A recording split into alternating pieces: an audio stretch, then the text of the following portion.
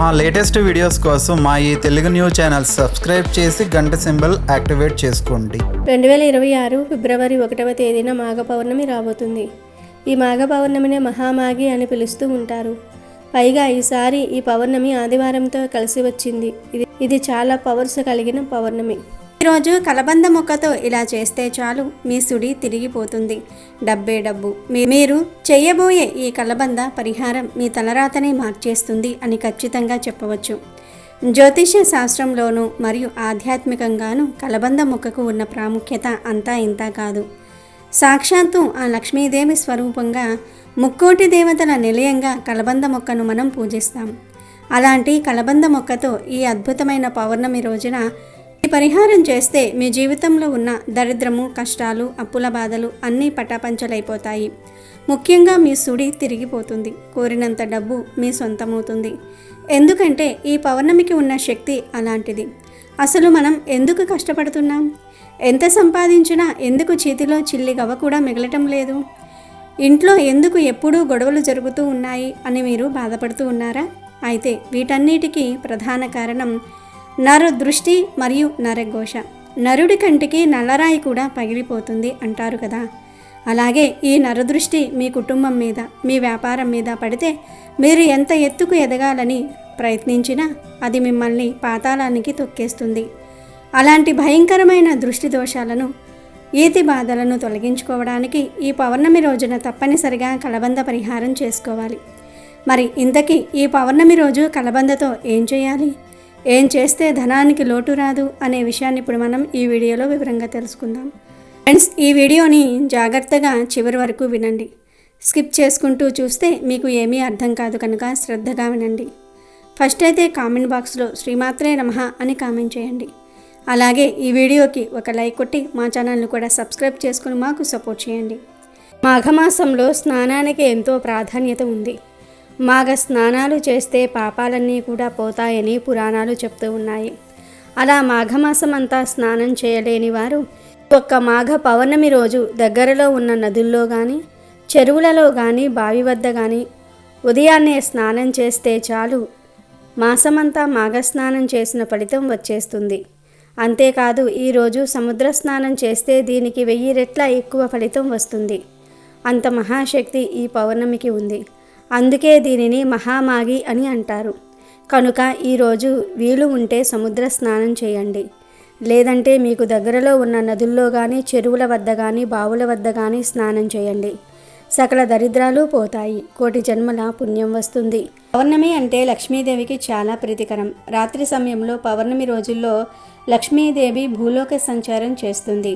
ఆ సమయంలో ఎవరైనా సరే సింహద్వారానికి ఎడమవైపున దీపాన్ని వెలిగించాలి. లేదా సింహద్వారానికి ఎడమవైపున డోరు పక్కన రాగి చెంబుతో నీటిని పోసి ఆ నీటిలో పసుపు, కుంకుమ, పచ్చకర్పూరం, రూపాయి కాయిన్ ఇవన్నీ కూడా వేయాలి.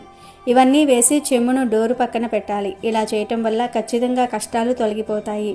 అదృష్టం కలిసి వస్తుంది. ఆర్థికంగా కూడా మనం బాగుంటాము. ఆర్థిక పరిస్థితి బాగుంటుంది.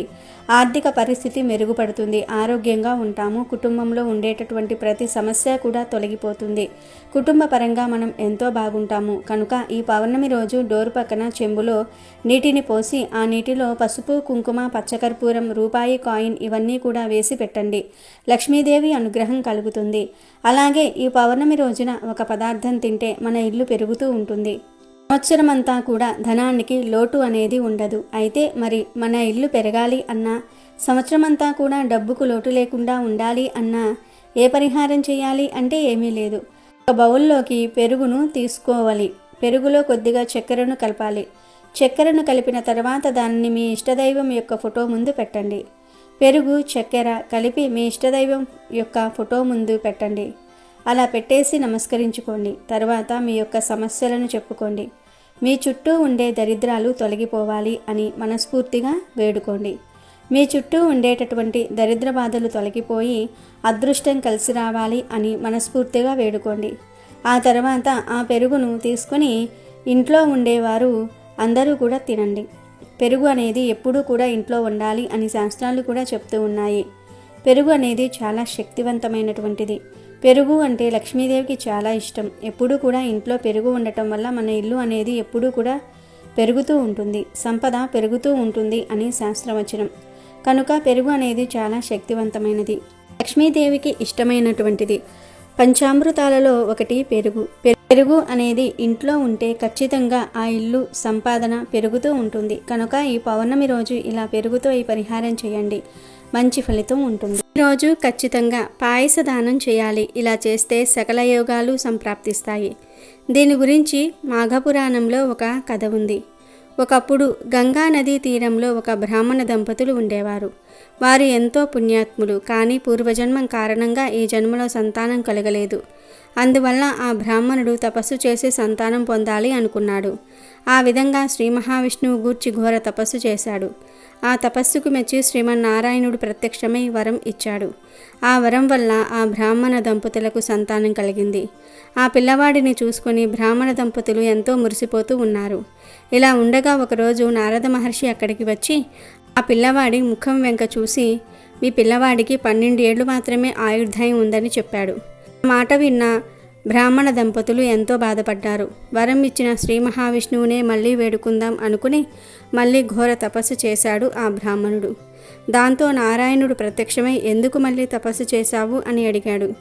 దానికి ఆ బ్రాహ్మణుడు, స్వామి, నాకు సంతానం కలగాలంటే పిల్లవాడిని ప్రసాదించావు, కానీ వాడికి 12 ఏళ్ళు మాత్రమే ఆయుర్దాయం ఉందని నారదుడు చెప్పాడు. అందుకే మళ్ళీ తపస్సు చేశాను. నా పిల్లవాడిని నిండి నూరేళ్లు బ్రతికేలాగా చెయ్యి అన్నాడు. దానికి శ్రీ మహావిష్ణువు ఇలా అన్నాడు, ఆయన, పూర్వజన్మలో నీ పేరు జ్ఞానశర్మ. అప్పుడు కూడా ఈ జన్మలో ఉన్న ఇల్లాలే నీకు భార్యగా ఉండేది. ఆ జన్మలో మీరు పరమ పుణ్యవంతమైన జీవనాన్ని గడిపారు. మాఘమాసాన్ని నీవు ఎంతో నియమనిష్టలతో పాటిస్తూ వచ్చేవాడివి. ప్రతిరోజు ఉదయం స్నానం ఆచరించటము, అర్చించటం ఇలాంటివి చేస్తూ ఉండేవాడివి. దానికి కారణంగా ఈ జన్మలోనికి ఇంతటి ఉత్తమమైన జీవితం కలిగింది. అయితే నీ భార్య గత జన్మలో మాఘపూర్ణిమ రోజున పాయసదానం చేయలేదు.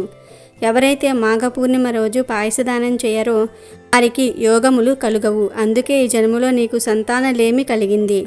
అందువల్ల అల్పాయుష్యు కలిగిన వాడు నీకు సంతానంగా లభించాడు. కాబట్టి మాఘమాసంలో పౌర్ణమి రోజు పాయసదానం చేయండి. అలాగే నీ కుమారుడి చేత ప్రతిరోజు మాఘ స్నానం చేయిస్తూ ఉంటే అతనికి ఆయుర్దాయం పెరుగుతుందని శ్రీ మహావిష్ణువు చెప్పాడు. ఇక ఆ బ్రాహ్మణ దంపతులు ఆ ప్రకారంగా మాఘమాసం మొత్తం గంగానదిలో తాము స్నానం ఆచరించడమే కాక తమ పిల్లవాడి చేత కూడా స్నానాన్ని చేయించి మాఘ పూర్ణిమ రోజు పాయసం దానం చేశారు. ఆ కారణంగా ఆ పిల్లవాడు దీర్ఘాయుష్మంతుడు అయినాడు.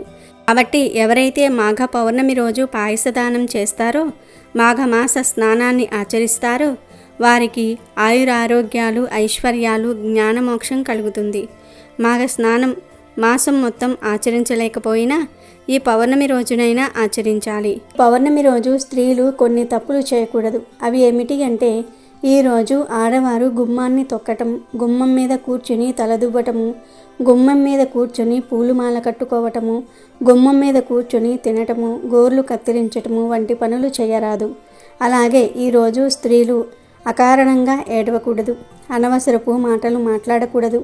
పౌర్ణమి రోజు పాలను మీ చేతిలో డైరెక్ట్గా ఎవ్వరికీ ఇవ్వకూడదు, కింద పెట్టి తీసుకోమని చెప్పాలి. పొరపాటున ఈ పౌర్ణమి రోజున ఈ తప్పులు చేశారంటే 7 జన్మల దరిద్రం పడుతుంది. జీవితంలో సుఖ సంతోషాలు అనేవి లేకుండా పోతాయి. ఈ పౌర్ణమి రోజున ఆడవారు, మగవారు, పిల్లలు, పెద్దలు అందరూ కూడా తెల్లటి రంగులో ఉండే దుస్తులు ధరిస్తే చాలా మంచిది. లక్ష్మీదేవి అనుగ్రహం కలుగుతుంది. ఎవరైతే మానసిక సమస్యలతో బాధపడుతూ ఉన్నారో వారు ఈరోజు తెల్లటి దుస్తులు ధరిస్తే చాలా మంచి జరుగుతుంది. ఆరోగ్యం కూడా కలిసి వస్తుంది, ఐశ్వర్యం కూడా కలిసి వస్తుంది. సంవత్సరానికి నెలలు 12, నెలకు ఒక పూర్ణిమ. ఇది సర్వసాధారణం. ఆకాశంలో గ్రహాలు తిరుగుతూ ఉండటం మూలాన అమావాస్యలు, పూర్ణిమలు మనకు లెక్కలోనికి వస్తాయి. శాస్త్రీయంగా చంద్రుడు, భూమి, సూర్యుడు గమనాల బట్టి పగలు, రాత్రులు, నెలలు, సంవత్సరాలు అని మనం లెక్కలు వేసి అనుకున్నవే. దీనినే క్యాలెండర్ అంటాము. తేదీల్లో ఏ పూర్ణిమ అయినా సరే ఆ పూర్ణిమకు సంబంధించిన దేవతారాధన చేస్తే ఎన్నో మంచి శుభ ఫలితాలు కలుగుతాయి. పూర్ణిమ నాడు తెల్లవారుజామున వెళ్ళి సముద్ర స్నానం చేయటం మంచిది. పూర్ణిమలలో కెల్లా మాఘమాసంలో వచ్చే పూర్ణిమ, కార్తీక మాసంలో వచ్చే పూర్ణిమ, వైశాఖ మాసంలో వచ్చే పూర్ణిమలు ఎంతో ఉత్కృష్టమైనవి. ఆ పూర్ణిమలలో చేసే దేవతారాధన మరింత శ్రేష్టమైనది. మహామాఘి అలభ్య యోగం అని ఈ మాఘ పూర్ణిమను అంటారు. అంటే ఈ రోజున ఏ నియమాన్ని పాటించినా అది విశేష ఫలితం ఇస్తుందన్నమాట. మాఘ పూర్ణిమ విశిష్టత అంతా ఇంతా కాదు. హిందువులు భక్తితో కొలిచే పర్వదినం ఇది. ఈ రోజున భక్తులు పవిత్ర నదిలో స్నానం చేయటం, దానం చేయటం మొదలైన వాటిని అనుసరిస్తారు. మాసాలన్నిటిలో మాఘమాసం చాలా విశిష్టమైనది. దీనిలో ఎటువంటి సందేహమూ లేదు. ఎందుకంటే రథసప్తమి, భీష్మ ఏకాదశి, శ్రీ పంచమి, మహాశివరాత్రి ఇలా సకల దేవతలను ఈ నెలలో కొలుస్తాము. మాఘ పౌర్ణమి నాడు గంగా నదిలో స్నానం చేస్తే చాలా పుణ్యం లభిస్తుంది. లేదు అంటే దగ్గరలో ఉన్న సముద్రాలు లేదా దేవాలయాల్లో ఉండే కోనేరులో కూడా స్నానం చేయవచ్చు. ముఖ్యంగా కాశీ, ప్రయాగ, హరిద్వార్ వంటి పుణ్యక్షేత్రాలలో స్నానం చేయాలని పురాణాల్లో ఉంది. అక్కడ భక్తులు కూడా ఎక్కువగా వచ్చి స్నానం ఆచరించి పూజా కార్యక్రమాల్లో పాల్గొంటారు. భక్తుల విశ్వాసం ప్రకారం శివుడు ప్రధానంగా మాఘ పౌర్ణమి రోజు గంగా స్నానం చేసేవారికి అదృష్టం మరియు సంపద మరియు మోక్షాన్ని ఇస్తాడు అని ప్రతీతి. మాఘ పూర్ణిమ రోజు చేసే స్నానానికి చాలా శక్తి ఉంటుంది. ఇంటిలోనే వేడి నీళ్లతో స్నానం చేస్తే 6 సంవత్సరాలు శుభ్రంగా స్నానం చేసిన ఫలితం వస్తుంది. బావి నీళ్లతో స్నానం చేస్తే 12 సంవత్సరాల పుణ్య స్నానం ఫలితం వస్తుంది. చెరువులలో స్నానం చేస్తే 24 సంవత్సరాల పుణ్యస్నాన ఫలితం లభిస్తుంది. సాధారణ నదిలో స్నానం చేస్తే 96 సంవత్సరాల పుణ్యస్నాన ఫలం లభిస్తుంది. పుణ్య నదీ జలాలలో స్నానం చేస్తే 90,600 సంవత్సరాల పుణ్యస్నాన ఫలం లభిస్తుంది. సంగమ స్థానాలలో స్నానం చేస్తే 38,400 సంవత్సరాల పుణ్య స్నాన ఫలం లభిస్తుంది. గంగా నదిలో స్నానం చేస్తే 3,84,00,000 సంవత్సరాల పుణ్యఫలం లభిస్తుంది. ప్రయాగలోని త్రివేణి సంగమంలో స్నానం చేస్తే గంగానది స్నాన ఫలితం కంటే 100 రెట్ల అధిక ఫలం కలుగుతుంది. సముద్ర స్నానం చేస్తే వచ్చే పుణ్యఫలాన్ని చెప్పడానికి మాటలు చాలవు. ఇంత గొప్ప ఫలితం మనకు మాఘ పౌర్ణమి నాడు కలుగుతుంది. పవిత్రమైనటువంటి మాసాల జాబితాలలో వైశాఖ, కార్తీక మాసాల తరువాత స్థానంలో మాఘమాసం కనిపిస్తుంది. శుభప్రదమైన వివిధ కార్యక్రమాలకు ఈ మాసం అనుకూలమైనదని ఆధ్యాత్మిక గ్రంథాలు స్పష్టం చేస్తూ ఉన్నాయి. ఎన్నో పుణ్య విశేషాలను సంతరించుకున్న మాఘమాసంలో పౌర్ణమి రోజుకు ఉన్న ప్రాముఖ్యత అంతా ఇంతా కాదు. మాఘమాసంలో సాధారణ రోజుల్లోనే ఉదయం చలివేళల్లో నదిలో కానీ, చెరువులో కానీ, కోనేరులో కానీ చేసే స్నానం వలన గంగానదిలో స్నానమాచరించిన ఫలితం దక్కుతుందని పురాణాలు చెప్తూ ఉన్నాయి. అలాంటిది అత్యంత విశిష్టమైన పౌర్ణమి రోజున ఆచరించే జప తపాల వలన ఎంతటి పుణ్య ఫలితాలు కలుగుతాయో ఊహించవచ్చు. మాఘ పౌర్ణమినే మహామాఘి అని కూడా పిలుస్తారు. మాఘ పౌర్ణమి రోజున తెల్లవారుజామునే నదీ స్నానం చేసి సమస్త జీవరాశికి ఆధారమైన సూర్యభగవానుడికి నమస్కరించాలి. ఇటు వైష్ణవ ఆలయానికి, అటు శివాలయానికి వెళ్ళి దైవ దర్శనం చేసుకోవాలి. అత్యంత భక్తి శ్రద్ధలతో దైవాన్ని పూజించటమే కాకుండా శక్తి మేరకు దాన ధర్మాలు చేయాలి. ఈ విధంగా చేయటం వలన జన్మజన్మలుగా వెంటాడుతున్న పాపాలు, దోషాలు నశించి అశ్వమేధ యాగం చేసినంత ఫలితం దక్కుతుందని సాక్షాత్తు శ్రీకృష్ణుడే ధర్మరాజుతో చెప్పినట్లుగా తెలుస్తుంది. మాఘ పౌర్ణమి రోజున చేసే స్నానాల వలన, పూజల వలన, దానాల వలన వ్యాధుల నుంచి, బాధల నుంచి విముక్తి కలుగుతుంది. పుణ్యఫలాల విశేషం కారణంగా ఉన్నతమైన జీవితం లభిస్తుంది. మరణం అనంతరం కోరుకునే శాశ్వత స్వర్గలోక ప్రాప్తి కలుగుతుంది. ఇక మహాలక్ష్మి అమ్మవారిని ప్రసన్నం చేసుకునేందుకు అమ్మవారిని కానీ, విష్ణుమూర్తిని కానీ ఈరోజు పద్మాలతో అర్చించాలి. అటు మహాలక్ష్మికే కాదు, ఇటు పార్వతీదేవికి కూడా మాఘ పౌర్ణమి ప్రత్యేకమైనదే. భూమి మీద ఒక శంకు రూపంలో పడిన పార్వతీదేవి దక్ష ప్రజాపతి చెయ్యి సోకగానే బాలికగా మారిపోయింది. ఆ బాలికకు సతీదేవి అన్న పేరు పెట్టి అల్లారు ముద్దుగా పెంచుకున్నాడు దక్షుడు. శంకువు సతీదేవిగా మారిన రోజు మాఘ పౌర్ణమే. ఇక మునులలో అతి ప్రసిద్ధుడైన కపిల మహర్షి జన్మించింది కూడా ఈ రోజే అని కొన్ని చోట్ల ప్రస్తావించబడింది. ఇలా మాఘ పౌర్ణమికి అనేక ప్రత్యేకతలు ఉన్నాయి. అలాగే మాఘ పౌర్ణమి రోజు ఎవరైతే నువ్వులు దానమిస్తారో వారికి ఉండే సమస్త దోషాలు తొలగిపోతాయి. ఈరోజు నువ్వులను ఆహారంలో స్వీకరించిన దోషాలు పోతాయి. ఆహారంలో నువ్వులతో చేసిన పదార్థాలు ఖచ్చితంగా తినండి. వీలైతే 1 కేజీ అంటే కేజీ నల్ల నువ్వులు నలుపు రంగు వస్త్రంలో కట్టి బ్రాహ్మణుడికి దానమివ్వండి. సమస్త జాతక దోషాలు తొలగిపోతాయి. ఇంకా మీకు వీలైతే ఒక వెండి పాత్రలో కానీ, రాగి పాత్రలో కానీ, ఇత్తడి పాత్రలో కానీ నువ్వులు పోసి ఆ నువ్వులు గోవు ఆకారం వచ్చేలాగా చేసి ఆ నువ్వులు దానం ఇవ్వండి. దీనిని తిల గోవు అంటారు. నువ్వులు గోవు ఆకారంగా వచ్చేలాగా పాత్రలో పోసి దానం ఇస్తే చాలా మంచిది. జాతక దోషాలు తొలగిపోతాయి. లేదా బియ్యం తీసుకొని బియ్యాన్ని ఆవు ఆకారంగా వచ్చేలాగా చేసి ఎవరికైనా బ్రాహ్మణుడికి దానం ఇవ్వండి. దీనిని శాలిగోవు అంటారు. ఈ దానం ఇచ్చిన అన్ని దోషాలు తొలగిపోతాయి. గోదానం చేయలేని వారు ఎవరైనా సరే ఈ మహామాగి రోజు నువ్వులు కానీ బియ్యం కానీ గిన్నెలో గోవు ఆకారంలో పోసి దానం చేయటం వలన గోదానం చేసినంత ఫలితం దక్కుతుంది. లేదా ఆవు నెయ్యి గిన్నెలో గో ఆకారం వచ్చేలాగా వేసి దానం చేసినా సరే గోదానం చేసిన ఫలితం కలుగుతుంది. ఇలా ఏ దానం చేసినా లేదా ఏ దానమైనా సరే ఇవ్వవచ్చు. మరొక గొప్ప దానం కూడా ఉంది. అదే శయ్యదానం. అంటే మంచం కానీ పరుపు కానీ ఈ మహామాగి రోజు దానం ఇవ్వాలి. ఈ శయ్యదానం బ్రాహ్మణుడికి చేస్తే జీవితంలో దంపతులకు వియోగం ఉండదు. అంటే విడిపోరు. భార్యాభర్తలు చచ్చిపోయే వరకు కూడా కలిసే జీవిస్తారు, విడిపోరు. అలాగే భార్య ముందు మరణించటం, భర్త ముందు మరణించడం అలాంటివేమీ జరగకుండా ఇద్దరూ దాదాపుగా ఒకే సమయంలో మరణిస్తారు. అంటే దంపతులకు జీవితంలో అస్సలు వియోగం అనేదే లేకుండా ఉండాలంటే మాఘ పౌర్ణమి రోజు శయ్యదానం ఇవ్వాలి. అంటే మంచం కానీ పరుపు కానీ దానం ఇవ్వాలి. ఈ దానాలలో ఏ ఒక్క దానం చేసినా విశేషమైన ఫలితం వస్తుంది. నువ్వులను ఆహారంగా తప్పకుండా స్వీకరించండి. మాఘ పౌర్ణమి తర్వాత క్రమేణా వేసవి ఘడియలు ప్రారంభమవుతూ ఉంటాయి. చలి తగ్గి వాతావరణంలో పలు మార్పులు చోటు చేసుకుంటూ ఉంటాయి. ఈ సందర్భంగా ఉన్నవారు లేనివారికి సహాయం చేయాలనే సంకల్పంతో పూర్వీకులు దానం చేయాలనే ఆచారాలు ఏర్పరిచి ఉంటారు. ఈరోజు దుస్తులు, ముఖ్యంగా కాటన్, చేనేత దుస్తులు, ఆహారం, తృణధాన్యాలు, నెయ్యి, బెల్లం, పండ్ల రూపంలో విరాళాలు ఇవ్వటం చాలా విశేషం. ఈ దానాలను బ్రాహ్మణులకు, అవసరమైన పేదవారికి ఇవ్వాలి. మాఘ పౌర్ణమి రోజు నువ్వులు దానం చేయటం చాలా పవిత్రమైనదని పెద్దలు భావిస్తూ ఉన్నారు. కొన్ని ప్రాంతాలలో పూర్వీకులకు తర్పణాలు, పిండ ప్రదానాలు చేసే అలవాటు కూడా ఉంది. ఇక ఆ విషయంలోనికి వస్తే ఈ పౌర్ణమి రోజున ఉదయాన్నే లేచి తలస్నానం చేసి ఇంటిని శుభ్రం చేసుకోండి. మీ పూజ గదిలో లక్ష్మీదేవి ముందు దీపారాధన చేసిన తర్వాత మొదటిగా ఒక మంచి కలబంద మొక్కను సేకరించుకోవాలి.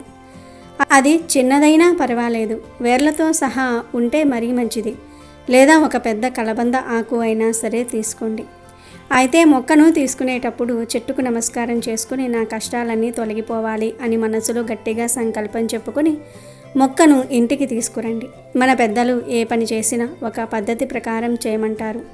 అలాగే ఈ మొక్కను కూడా ఇంటికి తెచ్చిన తర్వాత శుభ్రమైన నీటితో కడగాలి. ఆ తర్వాత కొంచెం పసుపు వేసిన నీటితో ఈ మొక్కను లేదా ఆకును సాంప్రదాయబద్ధంగా శుద్ధి చేయండి.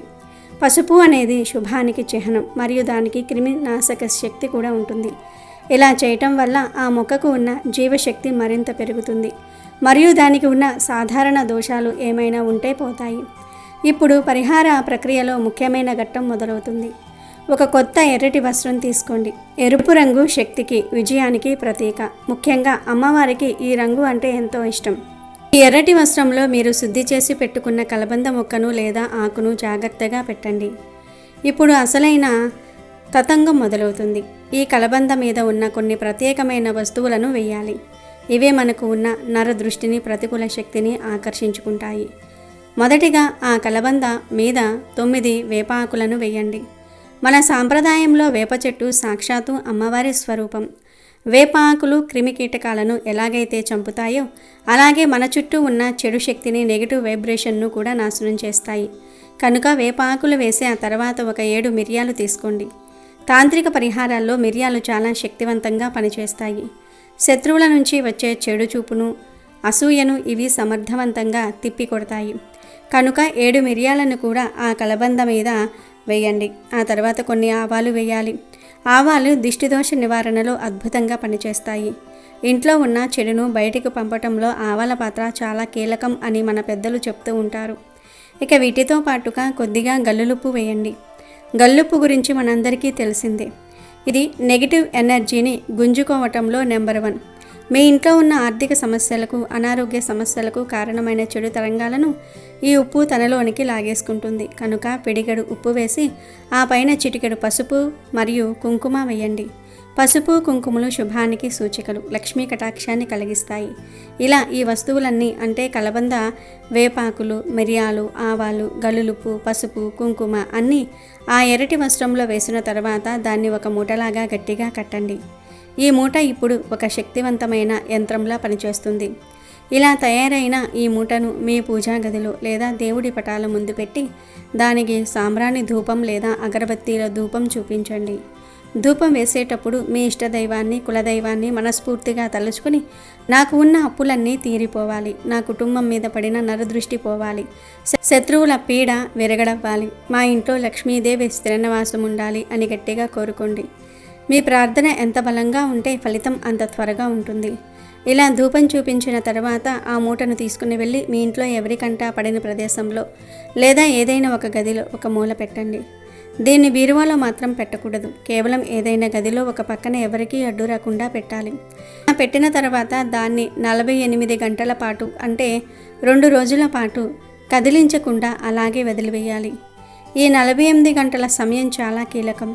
ఈ సమయంలో ఆ మూటలో ఉన్న వస్తువులు మీ ఇంట్లో ఉన్న చెడు శక్తిని, నరఘోషను, దుష్ట శక్తులను అయస్కాంతంలా ఆకర్షించుకుంటాయి. ఎలాగైతే స్పాంజీ నీటిని పీల్చుకుంటుందో అలాగే ఈ కలబంద మూట మీ ఇంట్లోని దరిద్రాన్ని పీల్చేస్తుంది. 48 గంటలు పూర్తయిన తర్వాత ఆ మూటను తీసుకుని వెళ్ళి మీ ఇంటికి దగ్గరలో ఉన్న పారే నీటిలో అంటే నదిలో, కాలువలో వేయండి.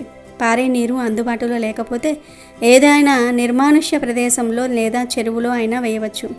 కానీ ఎట్టి పరిస్థితుల్లోనే దీన్ని ఇంట్లో ఎక్కువ రోజులు ఉంచుకోకూడదు మరియు చెత్త బుట్టలో వేయకూడదు. అందరూ నడిచే చోట కూడా వేయకూడదు. పారే నీటిలో వేయటమే ఉత్తమమైన పద్ధతి. ఎందుకంటే నీటి ప్రవాహంతో పాటు మీ కష్టాలు కూడా కొట్టుకుపోతాయి. ఇలా ఈ పౌర్ణమి రోజున కనుక మీరు శ్రద్ధగా ఈ కలబందం మొక్క పరిహారం చేస్తే ఖచ్చితంగా మీ సుడి తిరిగిపోతుంది. నరదృష్టి, నరఘోష అన్నీ పటాపంచలవుతాయి.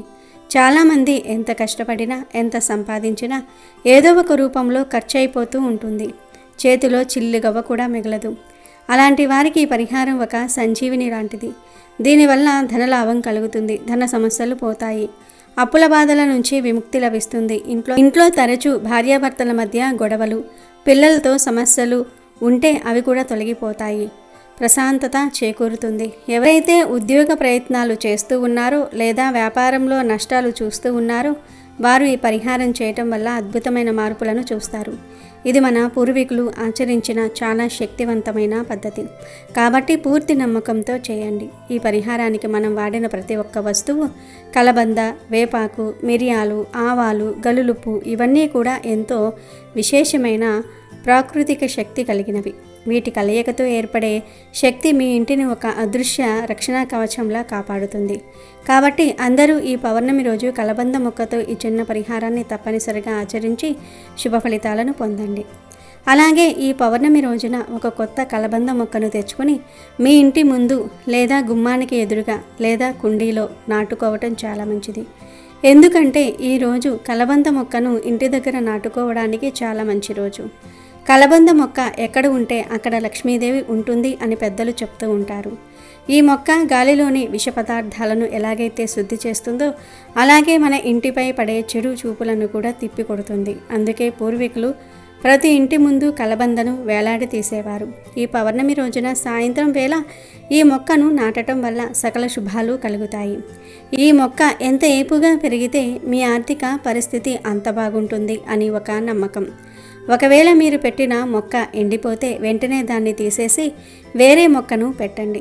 ఎందుకంటే అది మీ ఇంటికి రాబోయే కీడును తనపైకి తీసుకుని ఎండిపోతుంది అని అర్థం చేసుకోవాలి. అంతేకాదు పౌర్ణమి రోజున కొన్ని పనులను పొరపాటున కూడా చేయకూడదని శాస్త్రాలు చెప్తూ ఉన్నాయి. పౌర్ణమి అంటేనే నిండు చంద్రుడు. ఆ రోజు సముద్రంలో ఆటుపోట్లు ఎక్కువగా ఉంటాయి. అలాగే మన మనసులో కూడా ఆందోళనలు, ఉద్వేగాలు ఎక్కువగా ఉంటాయి. అందుకే ఈ రోజున ఎవరితోనూ గొడవలకు దిగకూడదు. కోపాన్ని అదుపులో ఉంచుకోవాలి. ఇంట్లో పెద్దలను దూషించటము, ఆడవారిని ఏడిపించటం లాంటివి అస్సలు చేయకూడదు. అలాగే ఈ రోజున మాంసాహారం తినకూడదు, మద్యం సేవించకూడదు. సాత్వికమైన ఆహారాన్ని తీసుకోవాలి. పౌర్ణమి రోజున శృంగారానికి దూరంగా ఉండటం మంచిది అని శాస్త్రం చెప్తోంది. అలాగే ఇంటిని అపరిశుభ్రంగా ఉంచకూడదు. సాయంత్రం వేళ దీపం పెట్టకుండా చీకటిగా ఉంచకూడదు. ఈ చిన్న చిన్న జాగ్రత్తలు పాటించడం వల్ల పౌర్ణమి యొక్క పూర్తి శక్తిని మనం పొందవచ్చు. ఈ పౌర్ణమి నాడు ఉదయం లేదా సాయంత్రం దగ్గరలోని గుడికి వెళ్ళి దైవ దర్శనం చేసుకోవటం వల్ల మనసుకు ప్రశాంతత లభిస్తుంది. కాబట్టి పౌర్ణమి రోజు తప్పనిసరిగా ఈ నియమాలను పాటించండి. వీడియో నచ్చితే లైక్ చేయండి, షేర్ చేయండి, బట్ సబ్స్క్రైబ్ చేసుకోవడం మర్చిపోవద్దు.